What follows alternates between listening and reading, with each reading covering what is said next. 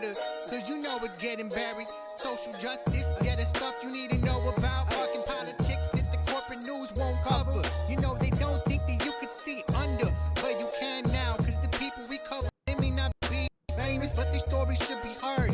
Yeah, that voice matters, we should rise and fall together, and that's why. Good morning, everyone. Welcome to Hair of the Dog on this Wednesday morning in July 15th. This is now tax day. We moved tax day from April to July because, of course, you're just going to have that money laying around now instead of in April. But we still have the pandemic. So the whole theme of today's show is delay and disrupt. And we're going to continue our talk on critical thinking that we always do here, despite the early hour. Get your coffee, get your mimosas, whatever it is you're drinking this morning.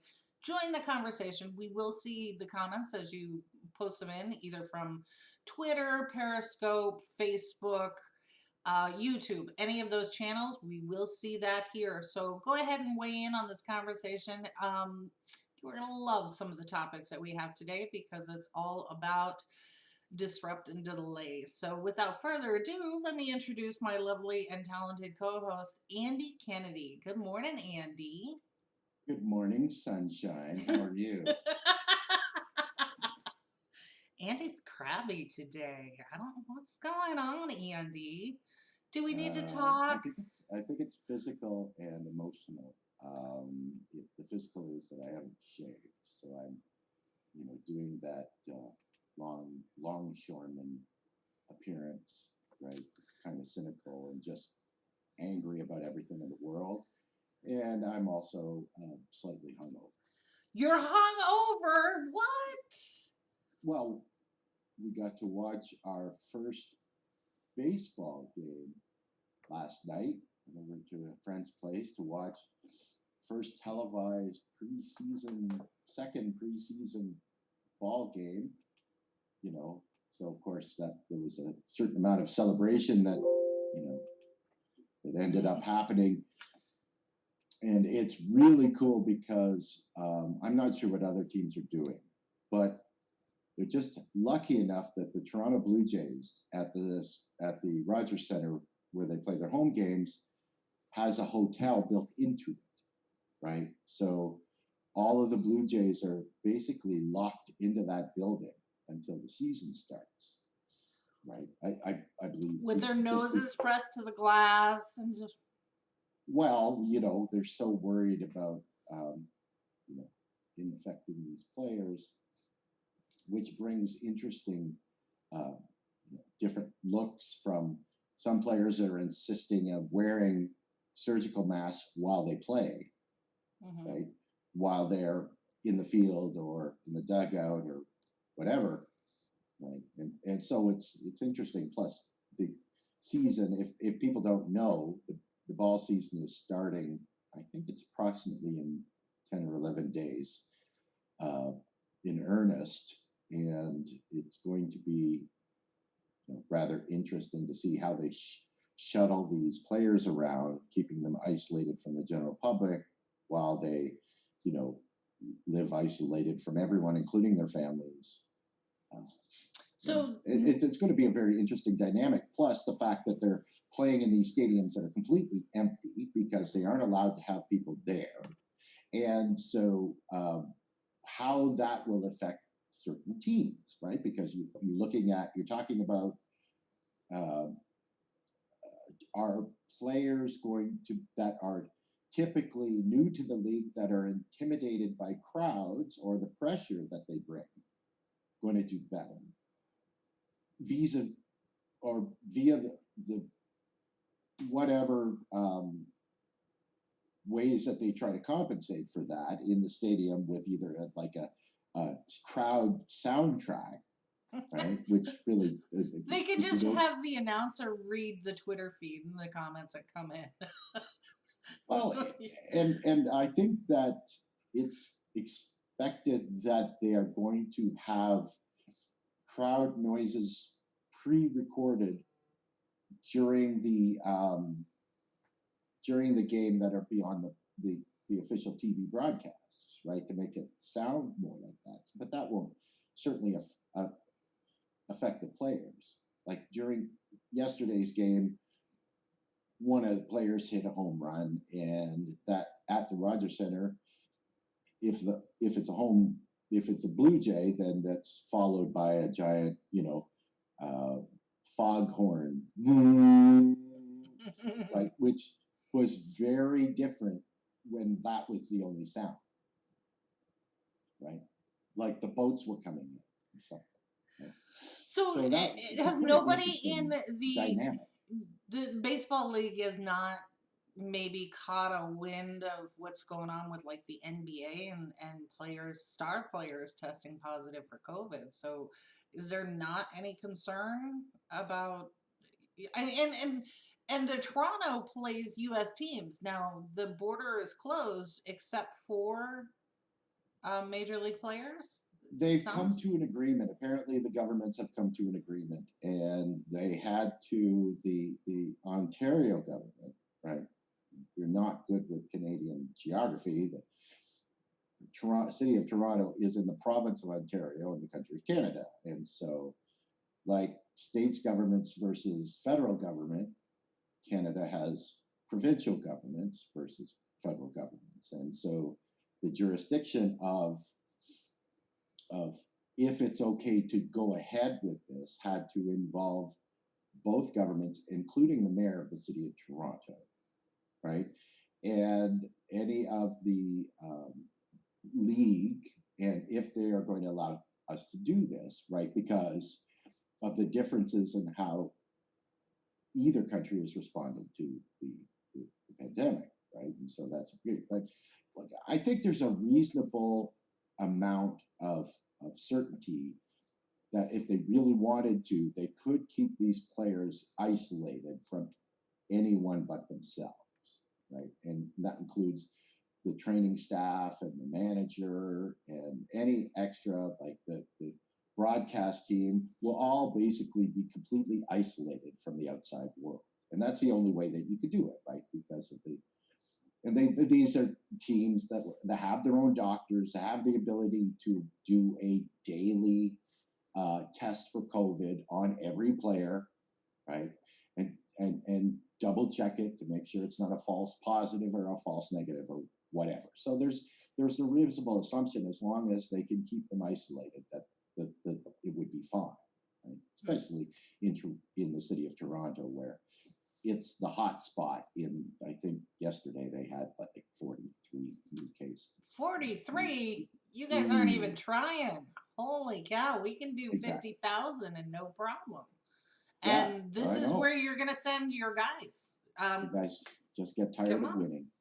Right, we're so winning. So on that note, this entire theme of delay and disrupt. So one of the things that came up is the Trump administration now is asking hospitals to forward their COVID data directly to the Trump administration, bypassing their own HHS. So for those who aren't aware, that's Health and Human Services. It's a federal government agency who takes their direction from the Trump administration and his cabinet level appointees. So Trump has decided that, and all of his folks, that all the data that comes in from the hospitals, rather than going through the CDC and HHS, they want the data directly. And then the most amazing thing was the solution that was offered in this particular memo was have the National Guard help the hospitals with data collection. So this is an administration that thinks that the National Guard now should go into hospitals and start doing data entry and reporting. So that was always their strong suit, right? They're always the thing that they're known for is data collection. Yeah, right. No, not at all. Not at all. And I don't think that while this is a crisis, this is a health crisis that I think military personnel are not necessarily the best asset for. But it just kind of goes to the thinking that, well, if there's a problem, let's send in the military, and we are ill-equipped to deal with an intellectual assessment of something that you can't shoot at. You can't shoot COVID. And this is the same president, let's remind everybody, who wanted to nuke a hurricane. And I'm not even saying that as hyperbole. This is literally, he was talking about sending a nuclear weapon to disrupt a hurricane. So it just goes to the continuing mindset of failed leadership means failed policy all the way down. And this is how we get 50,000 cases in a day. We have more cases in a single day than some countries had in an entire week or month. So, and our population's not really that much bigger than a lot of other countries, but yay, Merca. So some of the other things I thought were interesting along the same line, and I got to back up and be honest. So what happened yesterday that I thought was just hilarious was, I'm seeing this on social media quite a bit. You will have Republican MAGA folks pose as a progressive, go into progressive groups and start advocating for Joe Biden. But then what they do is, if you push back at all and want to have a good policy discussion, they come out with just the most vile responses that have nothing to do with any type of cogent argument. It's all your bitches and hoes. And so I encountered this one gentleman. He went by the name of Hobbs. I forget the first name. Doesn't really matter. He doesn't matter. But his strategy, you, in a minute, once you recognize this stuff, you can tell right away what's going on. So he was posing as a Biden supporter and then got mad at me because I wasn't all on board Team Biden. So then he took that really hard tack of, well, you're a bitch and this and that, and you're stupid and all. So it's meant to, it's the same thing that they did to Bernie supporters, where they pose as Bernie supporters and then attack someone who is center right or center left as a means of dividing things up. So this is an effective tactic if you're not aware of it. So this particular gentleman decided to just go all in and at me with this, and I just thought it was hilarious because, again, not too bright. So being an investigative journalist, I had this guy's home address, I had his IP address, I even had his Pornhub preferences in 5 minutes. So I could tell right away by his Twitter feed, he's totally MAGA. But this guy is still trying to come at me, and it's just a tactic that you need to see. So this is social media and a way that they do things that is just very basic, very, very low level. But we're seeing the same tactic on a national level, particularly in strategy and headlines. So I wanted to share some of those with you. And one of them that maybe has gone under the radar, and I really appreciate that Mother Jones is covering this very well. So I want to share this particular article from Mother Jones. And this is from Dan Friedman, writing for Mother Jones. So for those of you who are not aware, there was a Southern District Court of New York. It's a federal court. Prosecutor Geoffrey Berman, who was an appointed justice there, and they were doing some amazing investigative work, which is what you want them to do, right?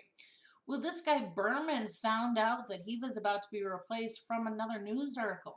So this is something else that the Trump administration is kind of getting famous for. They're not good at face-to-face pink slips. They'll tell you when you had people being fired while they were in air on an airplane, people being fired through Fox News. Well, this guy found out through another, I think it was a New York Times headline, that he was about to be replaced. Well, he just testified in Congress with his concerns about his ouster. And if you can go on a C-SPAN and listen to his testimony, but here are the things that he was personally helping to oversee investigations for. One was investigating Trump's lawyer, Rudy Giuliani, about Giuliani's role in helping Trump dig up dirt on Joe Biden in the Ukraine. Right, so we always hear about Trump complaining that he was being bugged, and his office was being bugged and they were being followed and whatever else during his campaign. Here, Rudy Giuliani was doing the same thing in the Ukraine against Joe Biden. So that was part of the investigation. Finances of Trump's 2016 inaugural committee. Now, I know that they did investigate that, and I hadn't seen anything come of it, so maybe there's nothing there. Prosecuting Hulk Bank, a Turkish state-run bank, for violating U.S. sanctions on Iran. Wait a second, I thought that right-wingers wanted to sanction Iran, so why is this a problem? Well, because John Bolton and Trump seem to have been doing a favor for Turkey's president to curtail those investigations, right? So if you've done nothing wrong, you got nothing to be worried about. Why are you mad at this prosecutor? And then one of the other key things was he was investigating the Trump organization and hush money payments related to the 2016 campaign. So we know now this was payments that were made by Roger Stone and other people on behalf of Trump to keep Stormy Daniels and a couple other ladies quiet. So you can't do that with campaign finances. That's like an FEC rule. You can't do that. You can't. Personal expenses do not come out of campaign funds. And what about all the poor MAGA people who spent their last $10 to donate to Trump? They didn't do it for hush money, right? But maybe they're totally cool with it. Who knows?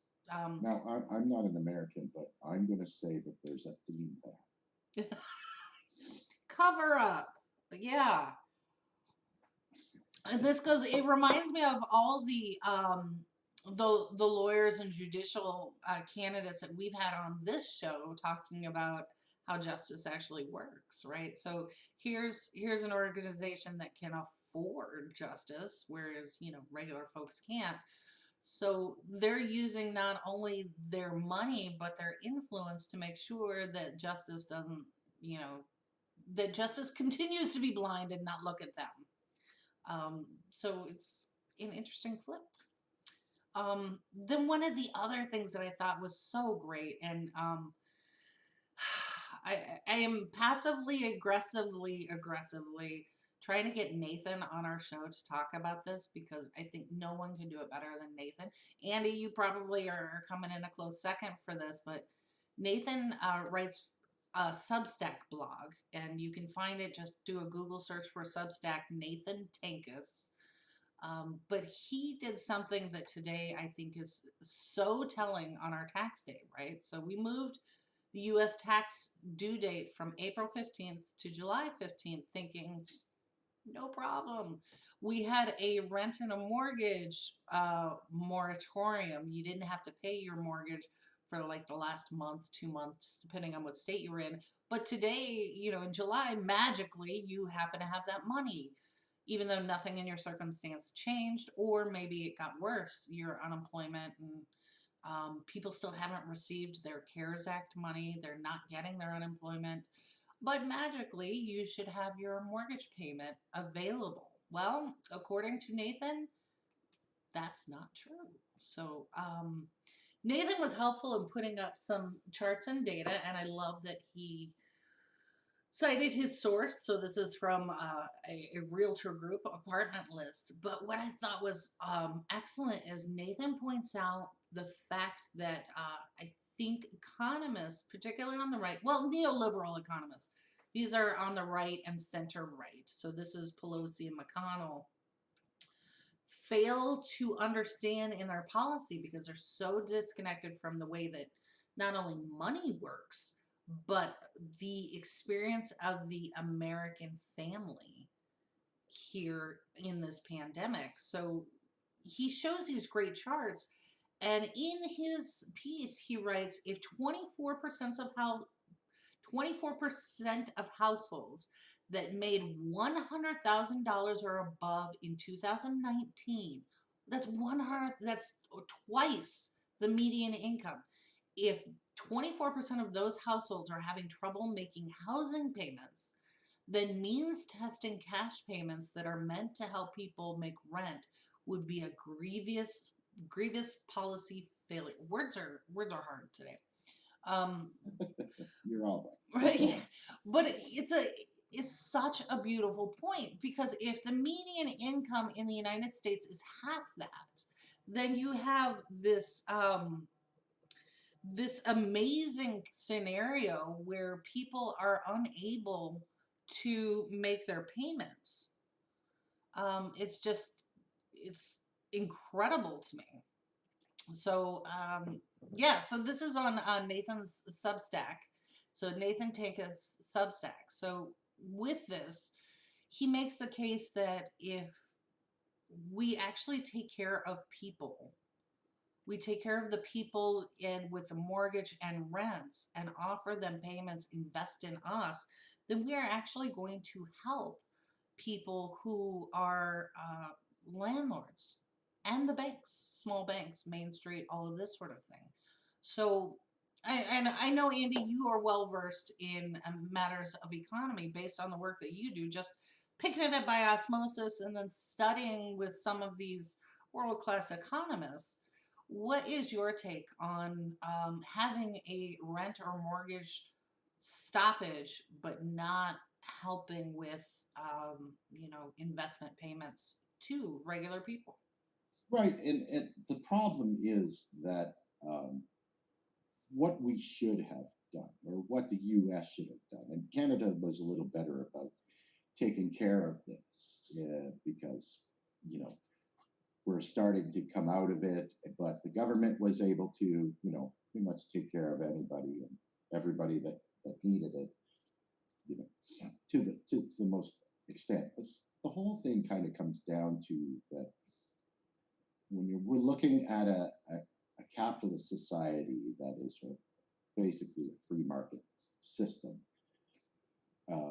the entire philosophy of the capitalist society and the capitalist market is that the market exists in nature, in a natural state, right?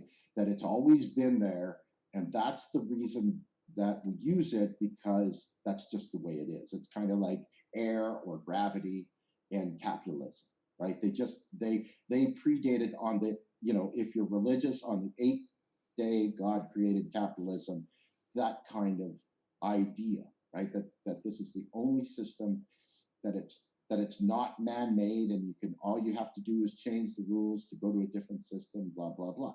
But in a system like that, you rely on the market to solve all your problems, right?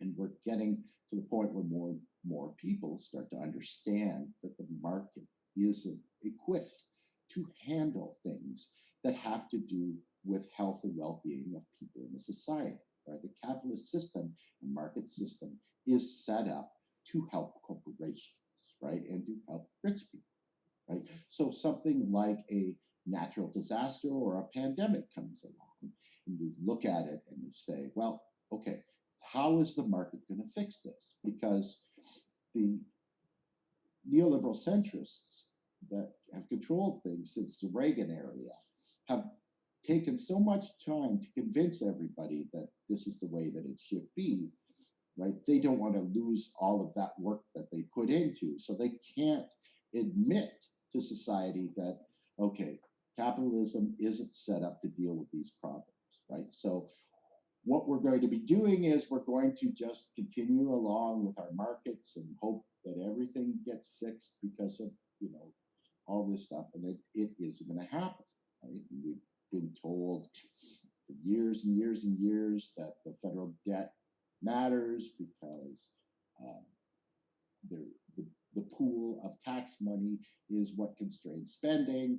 And so we need to click austerity in when we spend too much, or the inflation is going to overwhelm the country and we're all going to die a horrible death, which is probably what's going to happen for the most part because of the pandemic anyways. But so you can only, as a government, give out crumbs, right? But we Because didn't give out you want to crumbs. maintain that narrative, right? We didn't give out crumbs to the banks, right? And this is part of why I felt like this falls into the delay and disrupt theme, Because don't look over here where we magically created funds to invest in Wall Street, but then would means test the average American upon whose labor our wealth is built.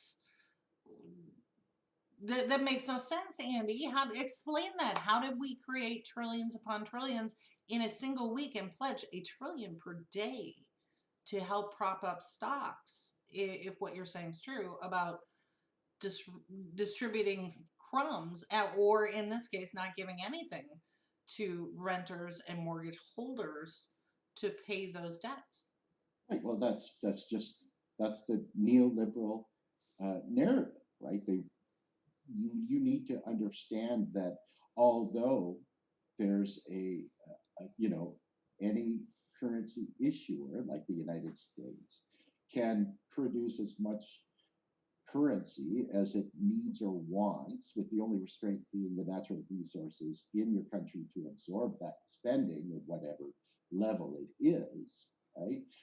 So we're going to, with that knowledge that the majority of politicians and the White House know that occurs, right? They're going to, that narrative of, well, we have to bail out the banks because the market.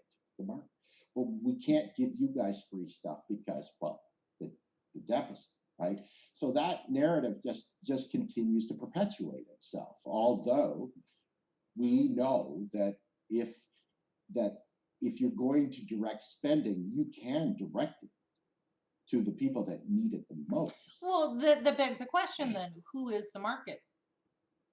Well, the market is the rich people that play their little games with money that has nothing to do with what actually is happening in the economy, right? For the last 4.5 years, the Trump administration has pointed to the stock market to say, look at how good we're doing. Everything's so great. The market's up. It's never been so good. People are happy. We have, next to nothing of unemployment. Things couldn't be better, right? But that couldn't be more untrue. It's, why? So in order to keep that narrative going, we have to keep, artificially inflate the market with influx of currency to, and all you have to do is look at, okay, the United States is basically shut down for how many months now, right? The market is up. Right, exactly. And I think that's the point. This is why I wanted to include Nathan's argument, because he's actually showing exactly the opposite. It's not trickle down, it's trickle up. So what's going to happen to the market, right? They've already gotten, like Wells Fargo, Chase, they got trillions back in March to pay my mortgage, to cover, any shortfall on the mortgage. But now here in July, it's tax day. So I've got to pay taxes. Small businesses got to pay taxes. But if I can't pay my mortgage, like Nathan so clearly shows that people made a partial payment or no payment, then that is actually going to trickle up. So if I can't make my rent, then the landlord can't make their payment, then they can't make the payment to the mortgage holder, which in most cases is the bank. So it works identically, but in the opposite direction. And I think that is what we're starting to see now. It's become painfully obvious that if you don't help from the bottom up, the entire thing collapses. It's just like building a house. You got to start with a good solid foundation. You don't start with a roof. You start at, the bottom level to shore it up. And then for my religious right, build your house on stone, not on sand. Well, sure. But of course, don't forget that when we talk about what happens in the economy when you have a situation like this, 2008, 2009, the Great Recession occurred. And what happened? Well, the market fell because of corruption and predation, right? It was just a continuation of bad practices in the banking sector and the mortgage industry. And so what happened was, because the market dropped, people were laid off, fired, stopped working, right? Lost their houses to shady foreclosure practices, like our friend Steve Mnuchin. And so we, so then you have all of these banks that get money, all of these trillions of dollars thrown at them, right? Because that's what we do. And then all of the banks make out like bandits, and then of course now they can dump all these properties back in the market for more of an influx of cash into their system, right? So the banks they always do well in these practices, right? It's the working families, the middle class families, and the poorer people that always get screwed by this. Why should they be the only ones that have to suffer the austerity and the poverty and the joblessness and everything else because of something like a pandemic that of no fault of their own? It's just that because of the country that they live in are the ones that always take it up the ass. Right? Don't sugarcoat it, Andy. But I think that's an interesting statistic to keep in mind is with all the pension, all the 401s, all the investment from people who are below, we comprise 2%. About 2% of the entire stock market in our investment portfolio. So when we do this measure of the stocks are up, they're not talking about us. They're talking about this other group, literally the top 2% who own all of it. So real quick, good morning to Joel. Joel points out that trickle down is still used as a viable explanation and carrot for the general population. And so few have basic economic understanding, they accept it, which is exactly why we're doing what we're doing here, because we want to help educate people, not just critical thinking, but how money actually works. And there are some really great pieces out there, and I'm going to do a plug for Andy's podcast, Macro and Cheese. He's a part of this amazing presentation, world-class economists who break it down in sometimes some really funny and simplified ways that anybody can understand. This is not hard. You just got to invest a little bit of time. And with your podcast, again, macroandcheese.com.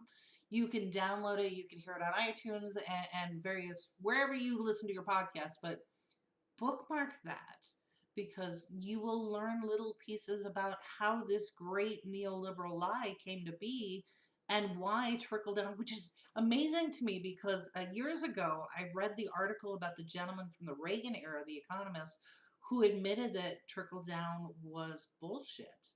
And he felt guilty about it and he was talking about it, but he got so little coverage because we're using that to rob the treasury now, and we see it here clearly when the average person is having trouble paying rent or mortgage, and they were before, but now during a pandemic, it's exacerbated incredibly so that now it's starting to filter up, and oligarchs are getting a little nervous, and they should be. Absolutely, and a lot of that, nervousness comes from the fact that we're starting to get progressives elected into Congress, right? And that's the foundation that progressives are building. That eventually it doesn't matter what the Democrats or Republicans say, right? Because they won't be the voice of that, the only voice that you hear. Right, and this is where I think God, I hate to be cheesy with it, but this great awakening is actually happening. You can feel it, you can see it. So as discouraged as I think we all get depressed, we are getting there because more and more people are going, wait, I'm doing everything right. Why isn't this working? And then they start looking for answers. unfortunately, too many of our brothers and sisters are turning towards alt-right because this is a place where anger and vitriol are being used as a tool, an indoctrination tool. And we see this from racism to bullshit economics like Tucker Carlson, which I'm not gonna lie, there's no small amount of Schadenfreude because he is getting drugged every day for his nonsense and bullshit. So I pulled a clip, and this I think also fits into our disrupt and delay kind of thing, because Tucker does his best to ignore the national argument that we're having now about what kind of society we want to have, not just on economics, but on the social justice side. So we have all of these Black Lives Matter protests and things going on. And what does he focus on? He focuses on the left hates America. No, that is not what we're saying. We're saying if you're in a family and somebody's doing some shit, you should be able to talk about, hey, that's not okay. And I'm not all right with what's going on in this family. And I think that we can be better and do better. Therefore, we need to do better. But that's a really poor explanation to talk about people who are quite literally dying. So you cannot say on one side, Tucker, that you uphold the Constitution while ignoring that we have Americans today who are not getting due process or equal protection. That's a lie. So I pulled this clip out because I thought it was kind of funny. Tucker tries to go after Tammy Duckworth and it backfires epically. But then he himself gets embroiled in a racial issue. So I'm going to go ahead and play that. So last night we played you long clips from the president's recent address at Mount Rushmore. It may have been the best speech Donald Trump has ever given. It was succinct and clear, and it was true. And for all of those reasons, the Democratic Party and its many minions absolutely hated it. They denounced the speech, and this may not come as a complete surprise to you, as, quote, racist. Now, that's a slur long divorced from any actual meaning, but we should tell you that as a factual matter, it's a lie. There was nothing even conceivably racist about Trump's speech. Go watch it for yourself. There's not a racist word or idea in the whole thing. The only time Trump even brought up the Civil War was to praise Abraham Lincoln, who, thank God, won it. He never mentioned the Confederacy or anyone in the Confederacy. Instead, Trump praised unabashed American heroes like George Washington, Clara Barton, the Wright brothers, Jackie Robinson. Senator Tammy Duckworth of Illinois watched Trump's speech, or claimed she did. Her summary of it, quote, he spent all his time talking about dead traitors. George Washington, Clara Barton, Jackie Robinson, they are all, according to Tammy Duckworth, dead traitors. Pretty shocking. In case you think we're being unfair here, in the same interview, Senator Duckworth was asked if we should tear down statues to George Washington. Sure, she responded, let's talk about it. Blake wrote anonymously was wrong. We don't endorse those words. They have no connection to the show. It is wrong to attack people for qualities they cannot control. In this country, we judge people for what they do, not for how they were born. Blake fell short of that standard, and he has paid a very heavy price for it. But we should also point out to the ghouls now beating their chests in triumph at the destruction of a young man that self-righteousness also has its costs. We are all human. When we pretend we are holy, we are lying. Okay, so this one made me laugh because Tucker, he gives this half-hearted apology about his staff writer being a flaming racist, right? And he ends it with, how dare you judge this person? None of you are perfect. Cast the first stone. And I'm like, fuck, the guy wrote racist shit yesterday, right? And if we cannot say that maybe writing that racist bullshit is wrong, Tucker, where is your moral compass? So all of this is just a huge distraction from the national conversation that must take place. So he's taken Tammy Duckworth out of context and try to drag her saying, yeah, they're not. No, that's when you love something enough, you can be objective about it. Anybody who's married, it's the level of crazy that you can deal with in your spouse, right? Doesn't mean that they're perfect. you work with it. And this is what we're talking about with equal protection due process. And maybe we don't kill people in the streets, right? Police are not supposed to be judge, jury, and executioner.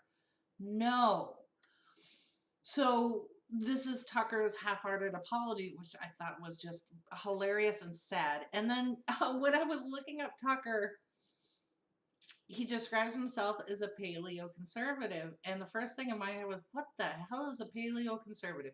Here's the definition. A person who advocates for old or traditional forms of conservatism and extremely right-wing conservative. So are we talking about slave owners? How far back are we going, Tucker? Right? So it was just, to me, this is more of how do you delay and distract people from the real conversation that needs to happen? And he's doing a fine job at it. And mind you, Tucker makes millions to distract you from what's actually going on. And I didn't know he was a paleontologist. I describe him as an old fossil. Well, that kind of thinking definitely is. And this is where we see that, especially in corporate-owned media, if you cannot talk about a viable solution, you have to do nothing but tear others down, right? So when you have these commentaries and the op-eds and things, all they're doing is being critical of people who actually have ideas, right? Now, I'm not talking about flat earthers, because that's ridiculous. Science is a thing. I'm talking about people who, like UBI. I don't necessarily agree with the UBI. But I'm willing to have that conversation. And part of my pushback is I remember Thomas Paine, and why for the last 150 years we have not discussed UBI, because I know that there are bullshit people, and Andrew Yang himself said this, that UBI someday will replace Social Security, Medicare, and all of these social safety nets. And I'm still with you on that conversation, except that we have these paleo conservatives like Tucker Carlson who would take those safety nets away right now and step over people in the gutter. Yes, absolutely. And that's the entire pushback against the UBI, right? Like, I mean, the UBI has been promoted by people that are that look at it as a way to get the increase in their salary. Right? Mm-hmm. When we talk about what good that does for society, it does nothing for society. It gives the paleontologist conservatives an opportunity to dismantle the current safety nets, if you want to call them that, in the United States, right? And so if you're talking about something that's actually going to help everyone, that's going to deal with the problems, the very basic problems, all of the problems with the current system, right? You're talking about a federal jobs guarantee, and the issues that you get into when you talk about why a federal jobs guarantee is better than a UBI is that it's a deep dive, right? It's not easy to talk about. We talk about things that people want to discuss because they know about. Economics is never one of those topics, right? When these are the people that are advocating for a federal jobs guarantee are PhD economists that have dedicated their lives to the understanding of how the economics of sovereign nations work, right? And so that's not something that you can watch a half-an-hour video and understand completely, right? And so if you're looking at a UBI and think, well, that's better than what we got, well, it's not necessarily, depending on what they take away when they put a UBI in place, right? And that's the problem. And people that are pro jobs guarantee understand what a jobs guarantee can do, because it can replace the social safety nets, right? Without having the possibility of them being removed, and advocating for policies like a UBS, which is universal basic services, right? Right. Which, by the way, if we need to get Pravlina on for coffee one morning and have her talk about it. We posted her videos and her talks, but she strikes me as somebody with a wonderful sense of humor. So I would rather her join us first thing in the morning with a cup of coffee and just talk about it. So real quick, we had some links post. Apparently, Trump during his speech. Now, I did not listen to the whole speech for his July 4th Mount Rushmore, but Trump apparently talked about far left fascists. Okay, people. Fascism is on the right. It's the right. Okay, so we always see the picture in a straight line. It's actually more of a kind of horseshoe thing. Fascism is to the right. So here's what happened. First, I need you to pick up a book, pre-World War II, and you can see how Hitler came to power just like Trump on a populist narrative. And then he got rid of the newspaper. He got rid of all of the foundations that are there to keep check and balance on everything. Like Night of the Long Knives, right? That's one of the famous things. The Reichstag fire. All of these things happened so that he could get rid of fake news. And then he went from a socialist perspective to far right, a new thing called fascism that brought in the business, the oligarchs, and politics, and they created a new ruling class that allowed them to do some pretty heinous nationalistic things like, killing people because of their religion, killing people because of what they looked like, labeling people on the left with those little triangles, just like the Trump administration just tried to do 2 weeks ago with their fundraising for their campaign. Fascism is on the right, not the left. And the reason why these disrupt and distract tactics work is because you don't know your own history. So pick up a book just once, put down your phone, and you know what, even turn off this program. Pick up a book and read it, a history book. I highly recommend Howard Zinn. But whatever. If you want to start with a Glenn Beck book, fine, go for it. Because Glenn Beck, even in his own book, who says, if anybody believes what I have written here, they're an idiot. Page 77. Yeah, go for it. Just read a book. I remember my stepfather, who was a big MAGA person, he bought the book, and I laughed at it as I saw it. He was like, oh, you don't like Glenn Beck? I'm like, no, Glenn Beck is an entertainer. He's not somebody that I would follow on policy in any way, shape, or form. And so he got really upset. And so I opened the book to the page. I said, what does that say right there? Ooh, his face turned red, and he got so mad. I'm like, how much you pay for this book? It's hardcover. I know you paid some money. But it was just one of those funny things. So the last topic I want to get to on this whole manipulative theme goes with social justice, right? So had somebody sent to me a news clipping that came out last night. I think it was last night or yesterday, about a gentleman in Michigan who was asked to wear a mask in like an ice cream store, got mad, stabbed the 77-year-old who asked him to wear a mask, and then left. And when police caught up with this gentleman, he was like a 40-something-year-old white guy.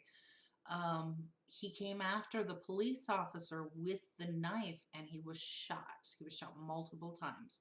And he died in the hospital during surgery. So what was interesting to me is the police released the video before the news even caught wind of what happened. In fact, the news picked it up from the police who released the video of what happened. So the narrative was, so look, we kill white people too. Well, not just we kill white people too, but anybody who objectively who watches this video and sees this man get out of the car with the knife, sees the officer tell him multiple times, drop the knife, while she's backing up and he's still coming at her, I don't think there's anyone who would say she should not have fired her weapon. Right? So they released that video like that. Now compare this to a situation in Joliet, Illinois, where we have a gentleman named Eric Lurie who died in police custody, handcuffed in the back of a patrol car. The video was not released by the police department for 5 months. And in fact, the wife of Eric Lurie, the widow, saw the video because a local news reporter for a network got a hold of the video and showed it to her. So this and is... that would have been from like just a bystander taking a video with their phone. No, this was their dash cam, the camera in the cruiser. Oh, okay. So the journalist happened to have a friend or a buddy somewhere leaked this recording to the journalist. So the journalist was showing it to the widow 5 months after, and while they said that they were still in investigation. So here you have Michigan, where it's pretty clear what happened, and I don't think that there are too many people who would say, okay, no, the officer shouldn't have fired their service arm. As opposed to Illinois and Joliet, where 5 months later they still are not giving this woman and the family answers because they say there's an internal investigation that it makes no sense. So this is another part of this delay and disrupt. So they can't get any answers on one account, but on this other one where it's clear cut that the officer acted in the right based on protocol, they're out that day. So this is part of our pushback on people like Tucker Carlson. It's not about George Washington statues. We don't give a shit about that. What we care about is that our citizens are not protected by the one document that is supposed to protect them, the one thing that we're all supposed to adhere to, and that is the Constitution. So in Mount Rushmore, it was Article 6, Section 2 that was a problem. The Black Hills belong to the indigenous tribes. That's what was going on there, Tucker. Not that we hate America, it's that we want America to live up to the obligations and promises we said that we uphold. So there. So there. Yeah, exactly. So I heard that the Trump administration was upset that the ice cream guy had been shot so quickly because they didn't have enough time to put him on staff. Thank you. That's exactly right. So his knife wielding days. He's strong. He's strong on his personal Bigly. Freedoms. Yeah. Bigly. Exactly. So so that is it for my particular rant this morning. Andy, you got anything before we get out of here? No, I'm good. I'm still grumpy, and I really don't want to talk to anybody. So we're just gonna go live. Sure. Thanks, Andy. What the hell? I don't care. Oh! I totally forgot that this happened. Like this is a big deal, but it's it's kind of predictive. Tommy Tuberville won the election in Alabama yesterday. So if you're not aware, Tommy is ex-coach college football Tommy, which means Jeff Sessions is going home. So yeah, bye Jeffy. So Jeffy gets to live like regular people and take out his garbage and mow his lawn and invest in cannabis. Companies that are supplying different places where it's legal now. Yeah, like, that's what you do if you spent your entire career railing against saying things like "good people don't do marijuana."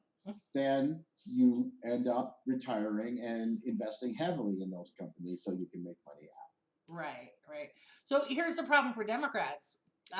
Coach Tommy will be going up against Doug Jones in Alabama. I'm going to put my money on Coach Tommy for that one. I mean, you talk about legends. Doug Jones is already right of center, even though he wears blue. He's not gonna make it. I'm gonna call that one right now. It's gonna be Coach Tommy. Tommy, who is also, I'm sure, a paleo conservative. So that'll be great. So we're gonna lose a Senate seat. But by all rights, we already lost a Senate seat because Doug Jones is yeah. So anyway.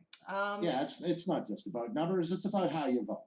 Exactly. I don't care if that seat is blue if you're voting with Trump 60% of the time. Policy matters, which do matters.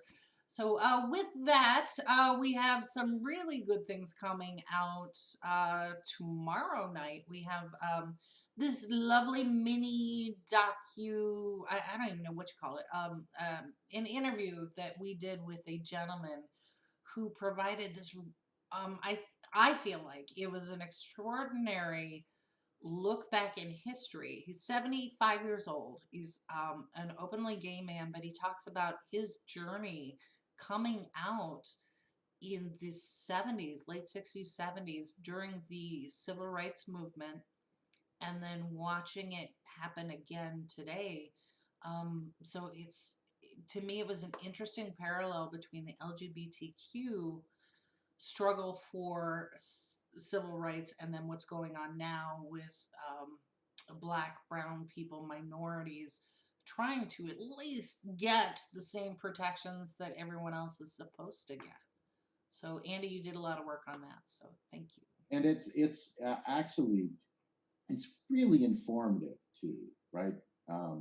Because he gets into explaining even terms that we've heard over the years, where their origins were and what they actually meant, like gay bash.